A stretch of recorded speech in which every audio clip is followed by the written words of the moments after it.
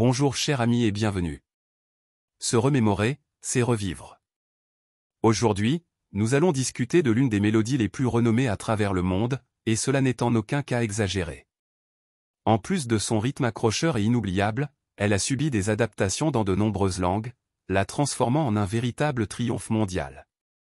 Aujourd'hui, nous allons découvrir l'auteur, le premier interprète et toutes les intrications fascinantes derrière la chanson Gloria de Laura Branigan.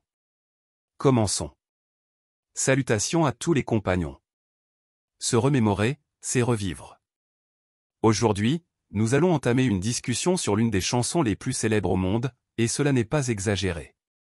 En plus de son rythme contagieux et mémorable, elle a été réinterprétée dans plusieurs langues, ce qui en a fait un véritable succès mondial. En ce moment présent, nous allons faire connaissance avec la personne qui l'a écrite, celle qui l'a interprétée en premier, et toutes les particularités captivantes entourant la composition appelée Gloria par Laura Branigan. Gardons ces rappels en tête et continuons. Son nom complet était Laura Branigan et son lieu de naissance était New York. Elle est née le 3 juillet 1952 avec des origines irlandaises et italiennes.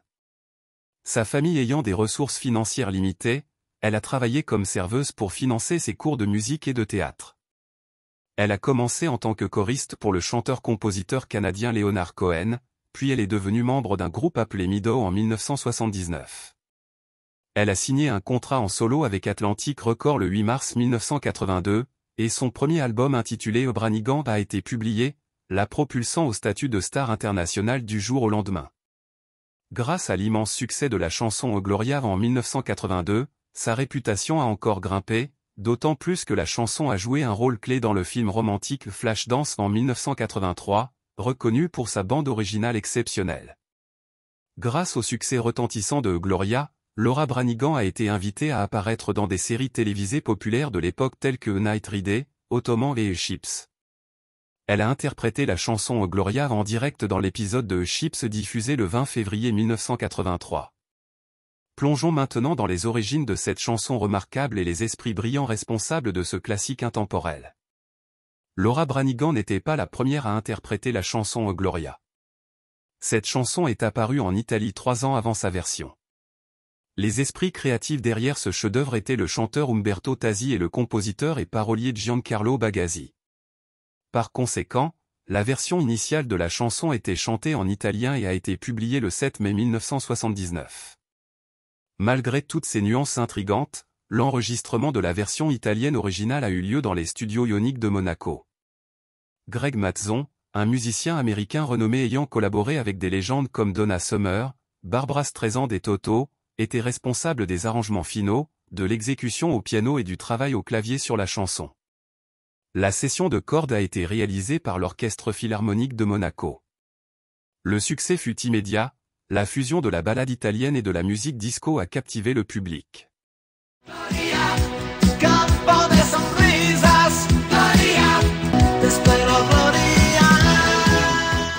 La chanson a rapidement grimpé au sommet des charts italiens, maintenant sa position pendant 16 semaines consécutives, dont 6 semaines à la 2e place. La chanson a également gagné énormément en popularité à travers l'Europe, atteignant les premières positions dans des pays tels que l'Allemagne, la France, l'Autriche et les Pays-Bas. En raison du succès retentissant, Umberto Tasi a décidé d'enregistrer une version espagnole. L'adaptation des paroles a été entreprise par le musicien cubain Oscar Gomez, qui résidait en Espagne. La version espagnole a été publiée vers la fin de 1979 et a connu un immense succès en Espagne et en Amérique latine. Umberto Tasi avait déjà acquis une reconnaissance considérable grâce à ses chansons Te Amo en 1977 et Tube en 1978. Mais c'est avec Gloria que sa renommée a atteint un sommet qu'il n'aurait jamais imaginé. Sa chanson s'est transformée en l'un des airs italiens les plus célèbres et les plus vendus de l'histoire. Un autre détail intéressant est qu'à peine après sa sortie, la première version anglaise de la chanson Gloria a vu le jour. Cette version a été réalisée par le chanteur Jonathan Quinn, qui s'est chargé d'adapter les paroles italiennes en anglais. Cependant, cet enregistrement n'a pas attiré l'attention internationale.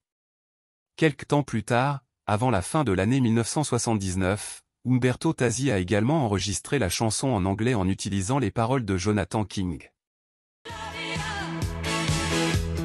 Dove Néanmoins, cet enregistrement est resté une simple curiosité pour les fans d'Umberto. Vers la fin de 1981, alors que Laura Branigan travaillait sur des chansons pour son premier album, elle s'est associée au producteur Craig Mazzon. Greg avait été responsable des claviers et des arrangements dans la version italienne originale de Gloria de Tasi. Greg a suggéré que Branigan reprenne la chanson, mais elle était sceptique. Greg a persisté, croyant qu'une version anglaise avec sa voix puissante serait un succès. Cette décision a été soutenue par Jack White, un autre producteur d'Atlantic Records. Tous deux ont réussi à convaincre Laura d'enregistrer la chanson, ce qui s'est finalement avéré être la meilleure décision de sa vie. Écoutez la version de Tasi et celle de Laura ensemble. Ils ont initialement tenté de préserver l'essence romantique de la chanson en créant une version anglaise intitulée Mario, où ils ont remplacé le mot Gloria par ce nom masculin. Cependant, ce concept n'a pas prospéré. Par la suite, le compositeur canadien Trevor Bin les a rejoints. Il avait déjà écrit des succès pour Sheena Easton et Donna Summer, et a contribué d'idées précieuses à la version anglaise définitive des paroles. Trevor Bin et Laura Branigan ont collaboré sur les paroles anglaises. Le succès de la chanson a été immédiat. Le single a atteint la 2e place du Billboard Hot 100 et a valu à Branigan une nomination aux Grammy Awards en 1982.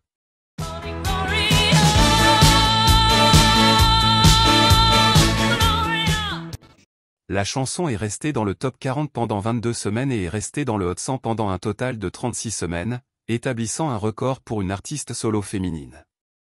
Elle a obtenu la certification Platinum pour avoir vendu plus d'1 million d'exemplaires aux États-Unis uniquement. Cette version de Laura a également été un succès international, en particulier en Australie, où elle a occupé la première place pendant cette semaine consécutive du 7 février au 21 mars 1983. Elle a également atteint la première place au Canada, la 4e en Irlande, la 6e en Nouvelle-Zélande et la 9e en Afrique du Sud. Branigan et Tasi sont devenus amis et ont interprété leurs célèbres chansons ensemble dans divers programmes télévisés. Branigan a tiré des leçons du succès et a continué à reprendre des chansons italiennes dans ses œuvres ultérieures. Pour son 2e album intitulé Branigan 2, elle a repris la chanson O Mama, et pour son 3e album Bold Me, elle a repris le hit Ti Amo, tous deux étant des succès italiens d'Umberto Tozzi. De plus, il est à noter que la 2e chanson la plus populaire de Laura Branigan, Self Control, a été initialement publiée en Italie par le chanteur et ami proche d'Umberto Tozzi, RAF. La version de Laura Branigan n'était pas la dernière interprétation de la chanson Gloria, car depuis sa sortie, de nombreuses adaptations ont émergé dans le monde entier, dans différentes langues. En 1982, la chanteuse française Sheila a lancé sa propre version, qui a grimpé dans les classements et a atteint la 8e place en France le 15 janvier 1983. La même année, une version allemande réussie de Gloria a été enregistrée par la chanteuse Lena Valiti.